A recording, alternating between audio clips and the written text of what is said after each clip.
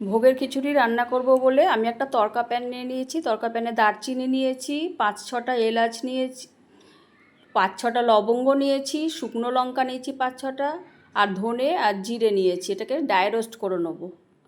এইভাবে এটাকে আমি শিলনোড়ায় গুঁড়িয়ে নেব। আর আজকে আমি খিচুড়িটা করব বলে প্যানে নিচ্ছি মুগের ডাল। সোনা মুগের ডালে আমি খিচুড়িটা করব। এটা 500 গ্রাম সোনা মুগের ডাল নিয়ে নিলাম। এবার সোনা মুগের ডালটা আমি হালকা করে এখানে ভেজে নেব।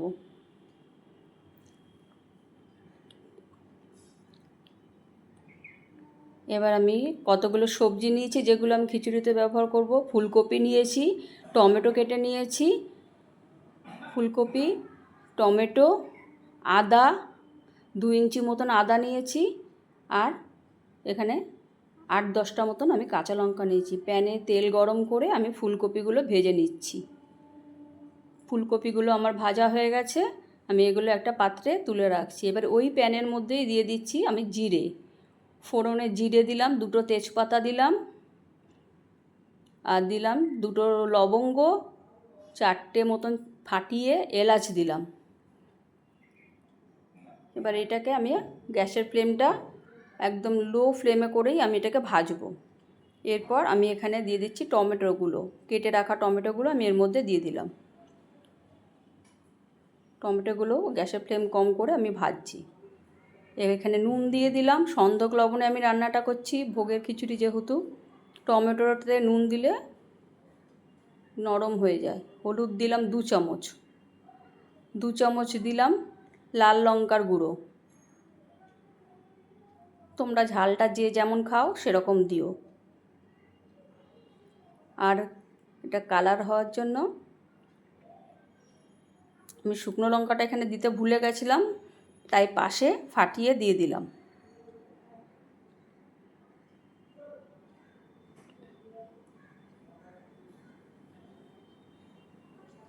এবার আমি এটা লো ফ্লেমেই ভালো করে নেড়ে নিচ্ছি।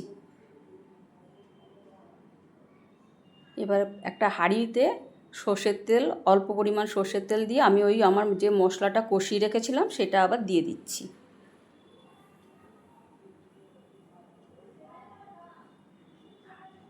হাঁড়িতে সামান্য তেল দিয়েছি, দিয়ে এবার মশলাটা আমি এখানে কষিয়ে নেব।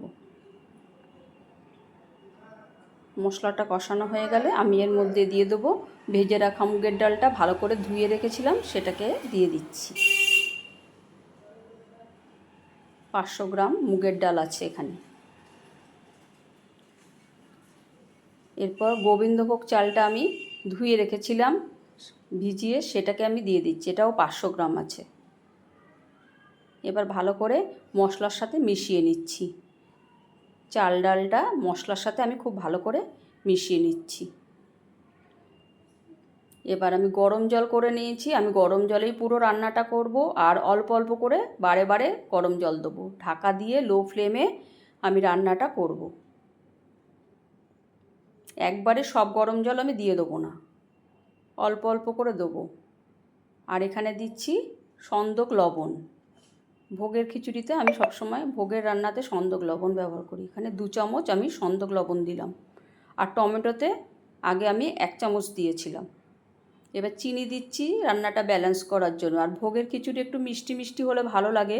এবার তোমরা যে যেমন পছন্দ করো সেরকম দিও। আমি এখানে 3 চামচ চিনি দিলাম।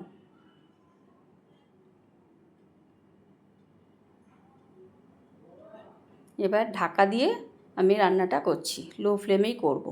দেখো আমি মোটামুটি 5 মিনিট পর ফিরে এসেছি। আমার খানিকটা হয়ে গেছে সেদ্ধ ডাল চালটা, কিন্তু আরেকটু দরকার আছে, তাই আমি এর মধ্যে আবার গরম জল দিয়ে দিচ্ছি। ভালো করে নাড়িয়ে নিয়ে গরম জলেই আমি রান্নাটা পুরোটা করব। আবার খানিকটা গরম জল দিয়ে দিলাম, দিয়ে আবার ঢেকে রান্নাটা করব।